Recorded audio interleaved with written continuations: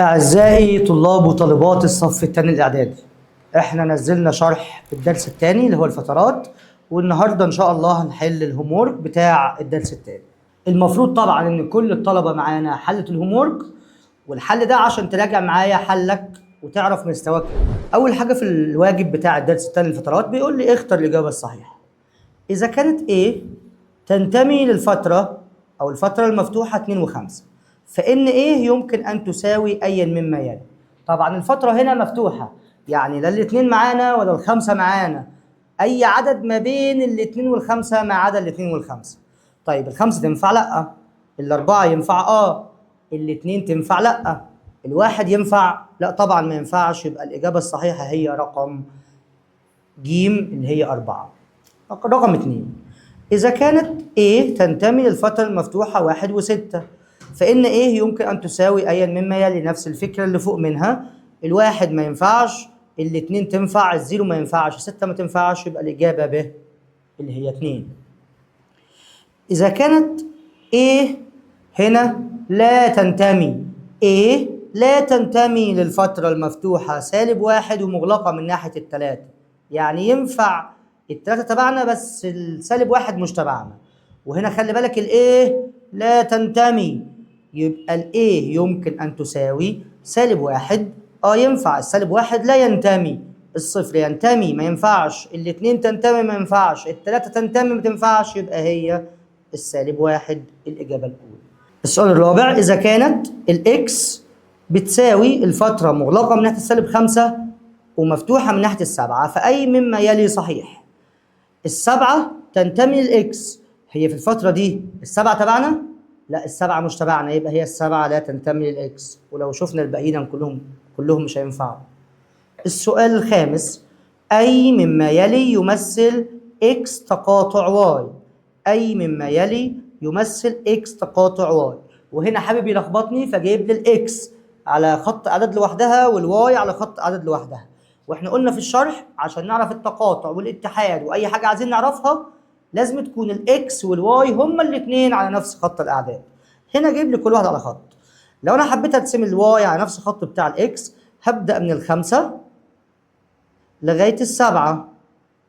ايه التقاطع بتاعهم؟ هل هو فاي؟ هل هو المجموعه 5؟ هل هو من 3 لغايه 7؟ هل هو 3 و5؟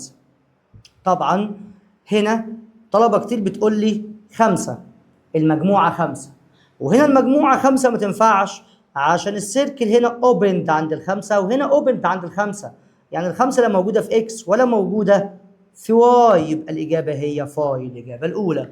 ما الفترة الناتجة عن، ده السؤال السادس، ما الفترة الناتجة عن 2 أو 2 اتحاد الفترة من 2 لغاية 5 مفتوحة؟ في الفترة الاتنين مفتوحة يبقى مش تبعنا، بس احنا هنضيفها عشان اتحاد 2 اتحاد الفترة دي، يبقى نفس الفترة بس هنغلقها بس عند الاتنين، يبقى الفترة المغلقة عند الاتنين ومفتوحة عند ال5 اللي هو الاختيار ده.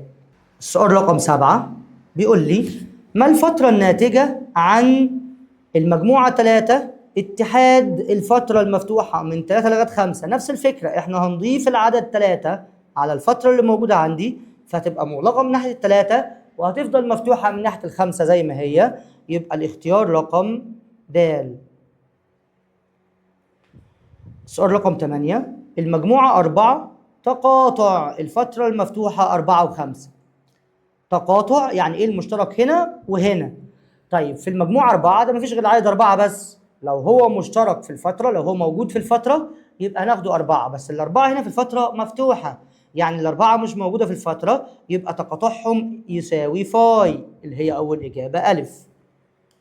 السؤال رقم 9 بيقول لي آر، مين هي آر؟ حد يفتكر؟ آر هي مجموعة الأعداد الحقيقية، كل الأعداد اللي في الدنيا يعني، تقاطع الفترة المغلقة 0 و3، فأكيد هيدي نفس الفترة اللي هي الفترة المغلقة 0 و3 الجزء المشترك بين الفترتين. السؤال رقم 10، أي الفترات الآتية ينتمي إليها العدد سالب جذر 7؟ سالب جذر 7، أول فترة أو أول حاجة لازم نحسب قيمة تقريبية للعدد جذر 7. انا عاوز عدد زي ما خدنا في اولى اعدادي، انا عاوز عدد اقل من السبعه ليه جذر وعدد اكبر من السبعه ليه جذر. ايه اللي اقل من سبعه ليه جذر؟ الاربعه اللي هي جذرها 2. وايه العدد اللي اكبر من سبعه ليه جذر؟ يبقى التسعه اللي هي جذرها 3. يعني العدد جذر 7 ده محصور بين الاثنين والثلاثه، يعني العدد سالب جذر 7 ده محصور بين السالب 2 والسالب 3. طيب لو انا خدت من سالب 2 لغايه سالب 1، دي من اول سالب 2 مفيش اقل منها، يبقى دي مش هتنفع. طيب من سالب 3 لغايه سالب 2 ينفع تمشي. العدد من سالب 3 لغايه سالب 2 ينتمي للعدد سالب جذر 7. من سالب 4 لغايه سالب 3 مفيش عدد اكبر من سالب 3، يبقى مش هينفع. من سالب 7 لغايه سالب 6 مفيش عدد اكبر من سالب 3، يبقى مش هينفع. يبقى هو الاختيار ب. السؤال الثاني بيقول لي هنا جايب لي فترة اسمها اكس وفترة اسمها واي، وعاوز مستعينا بخط الأعداد أوجد القيم الآتية. هنشوف هنحل ازاي خطوة خطوة زي ما اتعلمنا في شرح الدرس، والمفروض انت عارف وفاهم. وزي ما قلنا المفروض انت حل الواجب وبتراجع معايا بس بتشوف إجاباتك صح ولا غلط. رقم 1 اكس تقاطع واي. قبل ما نجيب التقاطع أو الاتحاد أو الفارق أو المكملة أو أي حاجة هو عايزها، لازم أرسم نمبر لاين خط الأعداد، وامثل عليه الاعداد بتاعتي الموجوده عندي هنا، ولازم ارتبهم في دماغي. انا عندي 4 اعداد في الفترتين اللي هم ايه؟ من سالب 2 لغايه 2 الاكس، ومن 1 لغايه 4. اصغر عدد فيهم مين؟ السالب 2. والعدد اللي بعده مين؟ 1. والعدد اللي بعده مين؟ 2. والعدد الاخير مين؟ 4. الفتره الاولى فوق والفتره الثانيه تحت. طيب الفتره الاولى هي اكس من سالب 2 لغايه 2. من سالب 2 فترة مفتوحة لغاية 2 فترة مغلقة اهي، ونوصلهم ونظلل كل اللي ما بينهم. طيب التانية الفترة واي من 1 لغاية 4 هما الاتنين كلوزد، يبقى الواحد كلوزد اهو لغاية الأربعة كلوزد اهي، ونوصل ما بينهم من 1 لغاية 4 ونوصل ما بينهم ونظلل كل الجزء ده. أول حاجة عايز التقاطع إكس تقاطع واي. إكس تقاطع واي يعني الجزء المشترك اللي متظلل فوق ومتظلل تحت، اللي هو من أول هنا لغاية هنا. يعني إكس تقاطع واي بتساوي الفترة من 1 لغاية 2. وخلي بالك أنا كتبت الأعداد بس من غير القوس الفترة بتاعي. قوس الفترة سيبناه ليه يا مستر؟ عشان هنشوفه اوبند مفتوح ولا مغلق زي ما هنشوف دلوقتي. الواحد موجود تحت وموجود فوق ولا موجود في واحدة بس؟ لا موجود فوق وموجود تحت يا مستر، يبقى كلوزد. والاثنين موجودة فوق وموجودة تحت يا مستر، يبقى الفترة المغلقة من سالب 1 لغاية 2. تاني حاجة من نفس خط الأعداد، أنا مش هرسم خط أعداد في كل مسألة أو في كل نقطة. هنا عاوز إكس اتحاد واي، يبقى نقول له إكس اتحاد الواي بتساوي اتحاد، يبقى من اصغر عدد لغايه اكبر عدد، وهركز في هل في فجوه فاضيه في النص ولا لا. هنا مفيش فجوات، يبقى من اصغر عدد لغايه اكبر عدد. مين اصغر عدد؟ اللي هو السالب 2. ومين اكبر عدد؟ اللي هو الاربعه. طب الاثنين تبعنا؟ لا عشان الدايره مفتوحه تبقى اوبن. الاربعه تبعنا؟ لا يبقى الفتره مغلقه، وده الناتج. ثالث حاجه عاوز اكس فرق واي بتساوي. يعني ايه اكس فرق واي؟ وخلي بالك انت عامل اكس فوق ولا عامل اكس تحت؟ احنا عاملين الاكس فوق. اكس فرق الواي يعني ايه اللي موجود في اكس ومش موجود في واي. تاني ايه اللي موجود في اكس ومش موجود في واي؟ يعني ايه اللي متظلل فوق ومش متظلل تحت. مفيش غير الجزء ده يا مستر اللي متظلل فوق ومش متظلل تحت اهو، اللي هو من اول سالب 2 لغايه الواحد. ده الجزء اللي متظلل فوق ومش متظلل تحت. طب السالب 2 متظلله فوق؟ لا يبقى هي اوريدي اوبن، فتره مفتوحه. طب الواحد متظلل فوق؟ يبقى مقفوله. لا مش مقفوله. ليه؟ مش متظلله فوق تبقى مقفوله. متظلله فوق بس في نفس الوقت متظلله تحت. انا مش عايز اللي متظلل تحت، انا المتظلل تحت مش عايزه، عشان اكس فرق الواي معناها اللي متظلل فوق ومش متظلل تحت. يبقى الواحد دي مفتوحه عشان هي متظلله تحت. اخر حاجه عندي اللي هي الواي فرق الاكس. الواي احنا عاملينها فوق ولا تحت؟ في النمبر لاين احنا عاملين الواي تحت، يبقى انا عاوز اللي متظلل تحت ومش متظلل فوق. الجزء اللي موجود تحت ومش موجود فوق ده الجزء اللي موجود تحت ومش موجود فوق، من اول 2 لغايه الاربعه. الاتنين موجوده تحت بس في نفس الوقت موجوده فوق، انا مش عايزها طالما هي موجوده فوق يبقى هي مفتوحه من ناحيه الاتنين. طب الاربعه موجوده تحت تمام، موجوده فوق ولا لا؟ لا مش موجوده، يبقى تبعنا يبقى الفتره المغلقه من 2 لغايه 4. ده بالنسبه للسؤال الثاني. السؤال الثالث بيقول لي اذا كانت A فترة يسميها A، يسميها X، يسميها L، يسميها محمد، يسميها زي ما هو عايز يسميها، فترة اسمها A بتساوي الفترة المفتوحة من -3 لغاية موجب ما نهاية، وB بتساوي الفترة المفتوحة من ما نهاية لغاية 5 مغلقة. أوجد مستعينا بخط الأعداد A اتحاد B، وA تقاطع B، وA فرق الB، وB فرق الA، والA مكملة. الأول لازم أمثل الفترتين على خط الأعداد. أول فترة بيقول لي إيه؟ من -3 لغاية موجب ما لا نهاية. أنا هرسم خط الأعداد هنا أهو، أدي النمبر لاين خط الأعداد من -3 لغاية موجب ما نهاية. -3 تبعنا ولا مش تبعنا في الفترة؟ -3 مفتوحة، يبقى -3 فترة مفتوحة، دايرة مفتوحة أهي إلى موجب ما لا نهاية. أنا هعمل سهم بالشكل ده وهظلل كل اللي تحت منهم. طيب الفترة التانية بتقول إيه؟ الفترة التانية بتقول من ما نهاية لغاية الخمسة. فين الخمسة هنا؟ الخمسة هلاقيها هنا أهو، دي الخمسة. والخمسة تبعنا ولا مش تبعنا؟ في الفترة هنرجع نشوفها تاني. الخمسة مغلقة يعني الخمسة تبعنا، فهنظلل الخمسة ونعملها إلى ما لا نهاية بالشكل ده، وهنظلل كل اللي ما بينهم. أول حاجة هو عايز إيه مني يا مستر؟ هو عايز إيه اتحاد البي. خلي بالك إحنا الإيه فوق والبي تحت، سوري إيه تقاطع بي. الإيه فوق والبي تحت. التقاطع أنا عاوز الجزء المشترك، الجزء اللي موجود فوق وفي نفس الوقت موجود تحت. أنا هاخد الأعداد اللي موجودة في الاتنين، فيبقى من أول -3 A تقاطع B بتساوي من أول -3 لغاية الخمسة. ده الجزء اللي موجود فوق وتحت. -3 موجودة تحت بس مش موجودة فوق، الدايرة هنا اوبن مفتوحة، تبقى -3 موجودة في واحدة بس يبقى مش تبعنا. الخمسة موجودة فوق وتحت يبقى مغلقة. تاني حاجة عاوز الايه؟ اتحاد البي. احنا قلنا ايه اتحاد بي؟ يعني من اصغر عدد لغاية اكبر عدد ومفيش فجوات عندي في النص هنا، يبقى هي من ما لا نهاية لغاية موجب ما لا نهاية اللي هي بتساوي R كل عدد الحقيقية. تالت حاجة عندي هو عايز ايه؟ فرق البي. هقول له ايه فرق البي بتساوي، يعني ايه فرق البي؟ ايه فرق البي احنا الايه ممثلها فوق، يبقى اللي موجود فوق اللي متظلل فوق ومش متظلل تحت. الجزء اللي متظلل فوق ومش متظلل تحت من اول الخمسة لغاية موجب ما لا نهاية، يبقى اكتب له 5 وموجب ما لا نهاية. طب الخمسة مظلة فوق بس كمان موجودة تحت، انا مش عايز اللي موجود تحت، يبقى مفتوحة والموجب ما لا نهاية مفتوحة. رقم 4 هنحلها في الجزء ده هنا اهو. رقم 4 بيقول لي بي فرق الايه. يعني ايه بي فرق الايه؟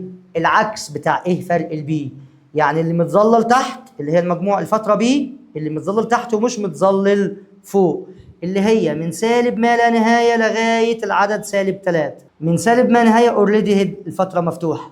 طب -3 موجودة تحت تمام ومش موجودة فوق، يبقى هي فترة مغلقة. آخر حاجة الايه مكملة أو مكملة الفترة ايه. مكملة الفترة ايه أنا ما جبت سيرة البي، أنا ماليش دعوة بيه خالص. أنا عايز ايه الأعداد اللي مش موجود في ايه، يعني مش متظلل فوق، ماليش دعوة بتحت خالص، أنا هاخد كل حاجة مش متظللة فوق. طب اللي فوق متظلل من التلاتة لغاية موجب ما نهاية، يبقى اللي مش متظلل من ما لا نهاية لغاية التلاتة، من ما نهاية لغاية التلاتة. السالب ما نهاية دايما فترة مفتوحة. طب التلاتة مش متظلة فوق يبقى تبعنا، يبقى فترة مغلقة. السؤال الرابع بيقول الفترة A بتساوي من -1 لغاية 4 مغلقة، والفترة B بتساوي من سالب ما نهاية لغاية 3 كلها فترة مفتوحة. أوجد مستعينا بخط الأعداد. احنا اتعلمنا ازاي نجيب. الأول هرسم خط الأعداد. الأول هنرسم خط الأعداد. خط الأعداد وهشوف الأربع أعداد بتوعي وهرتبهم. أول حاجة سالب ما نهاية، بعدها السالب 1 هنا أهو، ده -1، وبعدها التلاتة هنا أهو، وبعدها الأربعة هنا أهو. هنمثل الفترة A فوق وهنمثل الفترة B تحت. الفترة A بتقول لي من -1 فترة مفتوحة مش هنظلل الدايرة لغاية 4 فترة مغلقة، يبقى الدايرة دي هنظللها بالشكل ده وهوصل ما بينهم وهظلل كل اللي تحت. طيب دي الفترة الأولى. الفترة الثانية بيقول لي من سالب ما لا نهاية لغاية العدد 3، من سالب ما نهاية لغاية العدد 3، العدد 3 مفتوح يبقى دايرة مفتوحة أهي، ونعمل ناحية السالب ما نهاية وهظلل كل اللي ما بينهم بالشكل ده. أول حاجة عاوز التقاطع، الجزء المشترك هقول له إيه؟ تقاطع B بيساوي الفترة من -1 لغاية التلاتة، السالب 1 مش موجودة فوق تبقى مفتوحة، والتلاتة مش موجودة تحت تبقى مفتوحة. التانية عاوز إيه؟ اتحاد B. إيه اتحاد B؟ كله ما عدا الفجوات، مفيش فجوات، يبقى من سالب ما نهاية لغاية 4، من سالب ما نهاية لغاية 4، الأربعة موجودة معانا مغلقة والسالب ما نهاية مفتوحة. الحاجة التالتة عاوز ايه؟ فرق البي اللي موجود فوق واللي مش موجود تحت، وانا مش هكتب، يبقى من اول 3 لغاية ال4 ده الجزء اللي موجود فوق ومش موجود تحت. وهنشوف انا عاوز اللي موجود فوق ومش موجود تحت، يبقى ال3 مغلقة وال4 مغلقة. بفرق الايه؟ العكس، اللي موجود تحت ومش موجود فوق، يبقى من سالب ما نهاية لغاية السالب 1، السالب 1 مش موجود فوق يبقى الفترة مغلقة ناحية السالب 1. عاوز مكملة البي، يعني ماليش دعوه بالايه خالص، انا هبص على اللي تحت. انا عاوز ايه؟ كل الاعداد اللي مش متظلله تحت، كل الاعداد اللي مش متظلله تحت، اللي هو من اول 3 لغايه موجب ما نهايه، والثلاثه مش متظلله تحت يبقى مغلقه معانا، يبقى من 3 لغايه موجب ما لا نهايه. السؤال الخامس نفس فكره الاسئله اللي فاتت، بس هنا جايب لي ايه؟ فتره اتحاد فتره على طول، ما جايبليش ايه بتساوي ايه وبي بتساوي مين. انا برضو هعمل الخط الاعداد، حتى لو ما طلبش مني انا هعمل خط الاعداد.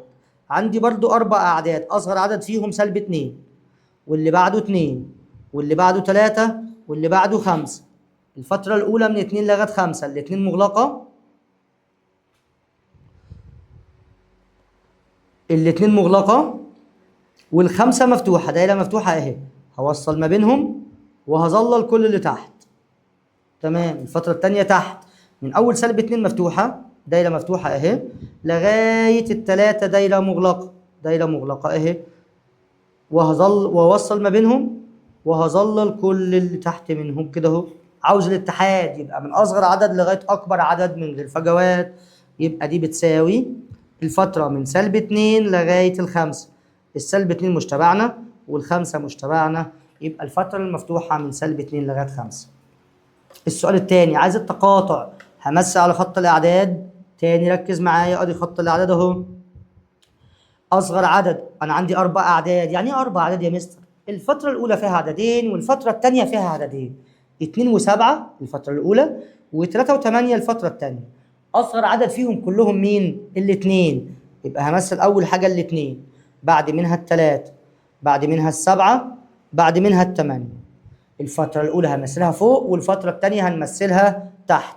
الفترة الأولى هي مين؟ من 2 لغاية 7، وهما الاثنين فترة مغلقة، يبقى دي 2 ودي 7، وهوصل ما بينهم وبعدين نظلل كل اللي تحت منهم. دي الفترة الأولى. الفترة الثانية من 3 مغلقة لغاية ال8 مفتوحة، ال3 مغلقة لغاية ال8 مفتوحة، وهوصل ما بينهم وهظلل كل اللي تحت ده. هو عايز التقاطع ولا الاتحاد؟ ولازم نحفظ الرموز ده كويس، لتحت كده يبقى تقاطع، لفوق يبقى اتحاد، يا رب نكون فاهمين. طب هو عايز التقاطع، يبقى الجزء اللي موجود فوق وموجود تحت، الجزء المشترك، يعني دي بتساوي الفترة من 3 لغاية ال7. طب ال7 موجودة في الاثنين، موجودة فوق وتحت، تبقى مغلقة. طب ال7 موجودة في الاثنين، موجودة فوق وتحت، تبقى فترة مغلقة. طيب السؤال الثالث فترتين نفس السؤال اللي فوق، هنعمل خط الأعداد وعايز التقاطع، يعني عاوز الجزء المشترك.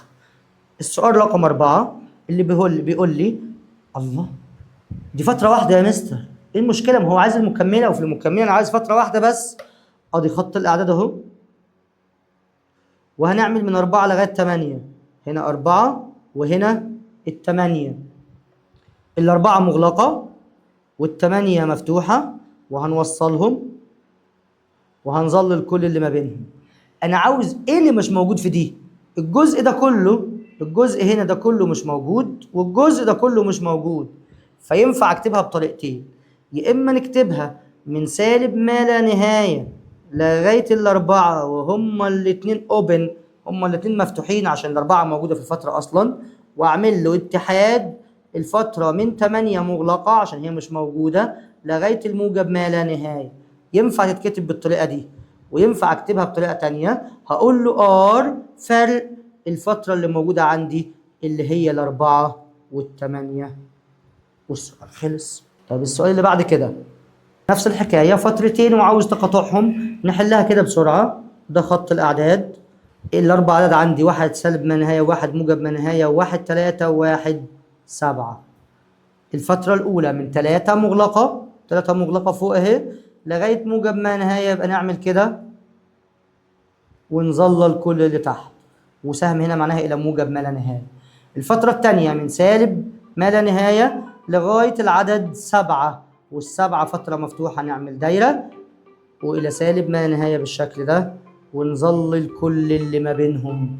فهيطلع عندي أنا عاوز التقاطع، أنا عاوز التقاطع بتاعهم، فهيبقى من أول 3 لغاية 7 نكتب يساوي 3 و7.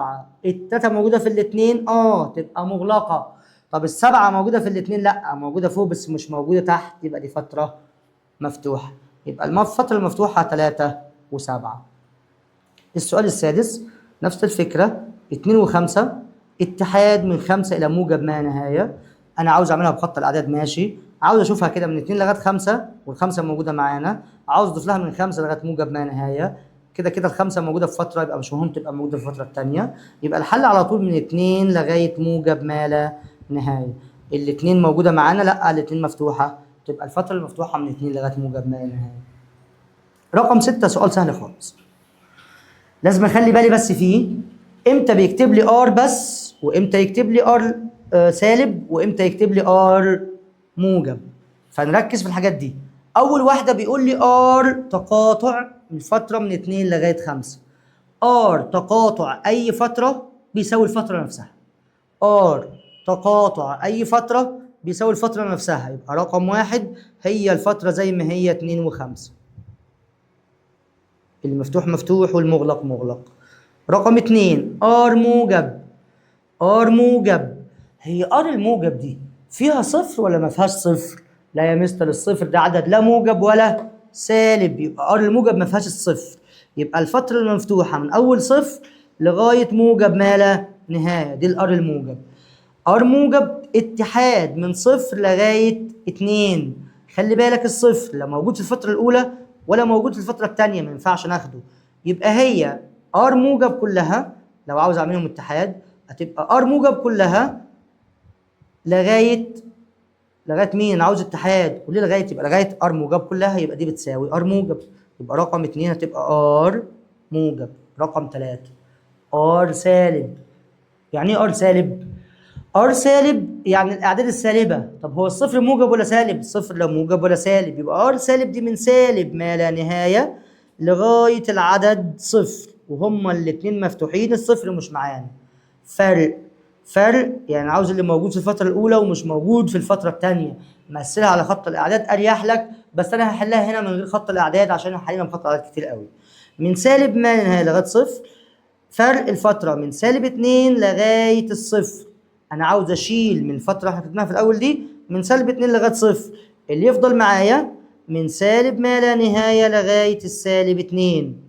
والسالب 2 احنا شلناها عشان مغلق في الفتره الثانيه، يبقى الفتره المفتوحه من سالب ما نهايه لغايه سالب 2.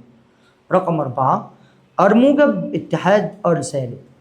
وواحد شاطر يقول لي يبقى ار، لا نركز شويتين.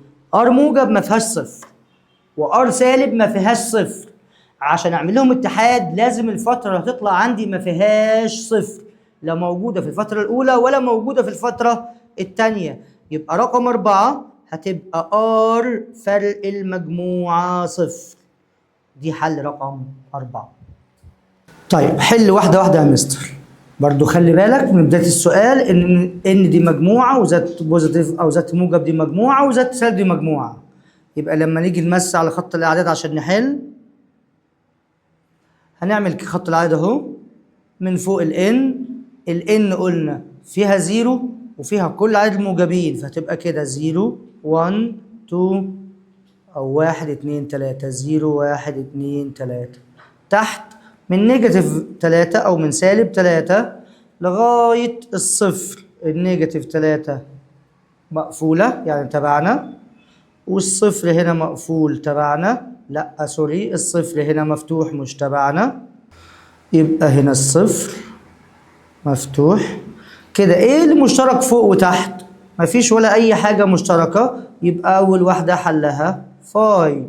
طيب رقم 2 بيقول لي ذات موجب الأعداد الصحيحة الموجبة، والصحيحة الموجبة قلنا يعني ما فيهاش الصفر، يعني من أول 1 دي مش فترة دي مجموعة علشان ما فيهاش كسور، ما فيش حاجة بين الصفر والواحد وما فيش حاجة بين الواحد والاتنين، يبقى ذات موجب من فوق هنا الواحد والاتنين والتلاتة كلهم تبعنا، وتحت من أول سالب 1 لغاية العدد 2 والعدد 2 مفتوح والعدد سالب 1 مفتوح، دي فترة نوصلها كده ونظلل. ايه اللي مشترك؟ مفيش غير الواحد وحتى الاتنين مش مشتركة، يبقى رقم 2 دي بتساوي المجموعة 2 فقط، المجموعة 1 فقط.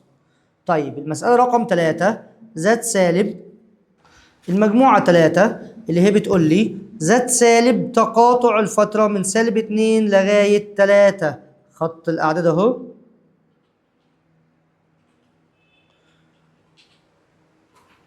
من أول سالب 2 مفتوح دي سالب 2 لغاية 3 مغلق دي 3، وفوق الذات سالب يعني السالب 2 والسالب 3 والسالب 1 ومفيش حاجة تاني ما فيهاش صفر، الذات سالب، يبقى ايه المشترك معنا بس؟ المجموعة سالب 1. المسألة رقم 4. السؤال رقم 4 بيقول لي المجموعة 3 و5 اتحاد الفترة المفتوحة من 3 لغاية 5. في الفترة دي التلاتة مش موجودة والخمسة مش موجودة، ما احنا هنضيفهم من المجموعة يا مستر، يبقى على طول بتساوي الفترة المغلقة 3 و5. طيب بعد كده المجموعة 3 و7 تقاطع الفترة من 3 لغاية 7. التلاتة موجودة في الاتنين؟ موجودة في المجموعة وموجودة في الفترة. طب والسبعة موجودة في الاتنين؟ لا السبعة موجودة في المجموعة بس لكن الفترة مفتوحة، تبقى بتساوي العدد 3 فقط، مجموعة 3. طيب الفترة المغلقة 2 و5 هنشيل منها المجموعة 2 و5، تبقى نفس الفترة بس نفتحها عند الاثنين ونفتحها عند الخمسة، تبقى الفترة المفتوحة 2 و5. طيب الفترة المغلقة من 0 لغاية 5 وشيل منها الخمسة، يبقى الصفر هيفضل مغلق زي ما هو والخمسة هتفضل موجودة معانا بس فترة مفتوحة، والسؤال خلص. السؤال رقم 8 بيقول لي عبر عن كل من الموقفين الآتيين بمتباينة مناسبة ثم اكتبها على صورة فترة ومثلها على خط الأعداد. هو عايز مني كل حاجة أكتبها في صورة متباينة الأول، وبعدين أكتبها في صورة فترة، وبعدين أمثلها على خط الأعداد. هو طالب مني كام حاجة؟ كتير يا مستر. لا مش كتير، احنا فاهمين والدنيا كويسة. بيقول لي يشترط أن لا يقل عمرك عن 20 سنة ولا يزيد عن 40 سنة لتلتحق بوظيفة ما. حضرتك رحت تقدم في وظيفة واخد شنطتك، لقيت من ضمن الشروط بتقول عمرك لا يقل عن 20، يعني ينفع يبقى 20 ينفع يبقى 20 بس ما يقلش، يبقى من أول 20 نسمي عمرك مثلا إكس، يبقى إكس أكبر من 20 ينفع 20 يبقى أو يساوي، ولا يزيد عن 40 سنة، يعني ينفع 40 ولا ما ينفعش؟ ينفع بس ما يزيدش، يبقى أقل من 40. طب ما احنا لسه قلنا 40 ينفع، يبقى أو يساوي 40، يبقى إكس أكبر من أو يساوي 20 وأقل من أو يساوي 40. طيب دي المتباينة، عاوز أكتبها في صورة فترة، يبقى من أول 20 لغاية 40 هما الاتنين فيهم أو يساوي، يبقى دي فترة مغلقة ودي فترة مغلقة. عايز أمثلها على خط الأعداد. خط الأعداد أهو، من أول كام لغاية كام؟ من أول 20 لغاية 40. ال20 تبعنا فترة مغلقة، وال40 تبعنا مغلقة، ونوصل ما بينهم ونظلل كل المسافة اللي في النص دي. كده احنا عملنا 3 حاجات، المتباينة اهي، والفترة اهي، وخط الأعداد اهو. تتراوح، السؤال اللي بعد كده، تتراوح درجات الحرارة في إحدى المدن من -3 سليزيوس لغاية 11 سليزيوس. من -3، هو قال لي أكبر من -3؟ قال لي لا، من -3. أيوه يعني بقيت -3، من -3، يبقى من -3 دي فترة مغلقة إلى 11، يبقى ال 11 برضو تبعنا، يبقى لغاية 11 فترة مغلقة. أنت عملت الفترة قبل المتباينة يا مستر، معلش اعذرني، نعمل المتباينة تاني دلوقتي. إيه المتباينة؟ الإكس اللي هي درجة الحرارة أكبر من -3. طيب تنفع تبقى -3؟ ينفع، يبقى أو يساوي. طيب لغاية كام؟ لغاية 11. طب بقيت 11 وما بقيتش؟ دي ينفع، يبقى من -3 لغاية 11 وهما الاثنين فيهم أو يساوي. خط الأعداد يا مستر، خط الأعداد بتاعنا أهو، خط الأعداد من -3 لغاية 11. -3 دي مغلقة وال11 مغلقة. ليه مغلقة؟ عشان هنا في أو يساوي وهنا فيه أو يساوي، ونوصل ما بينهم كده ونظلل كل المسافة اللي في النص، وبقيت دي خط الأعداد بتاعتنا. نفس الفكرة، تتراوح درجات الطلاب في مادة الرياضات من 25 عن 25 تبعنا إلى 5 درجات في الرياضة. والواجب خلص، واشكركم على متابعتكم، واتمنى نكون كل الناس حضرت الفيديو لغايه الاخر واستمتعنا بالحصه. وزي ما بقولنا وبنقول كل حصه، رقم الواتساب موجود، اي تعليق، اي استفسار، اي سؤال، اي حاجه معاك، تواصل معنا على الواتساب او تواصل معنا هنا في اليوتيوب في التعليقات. وشكرا.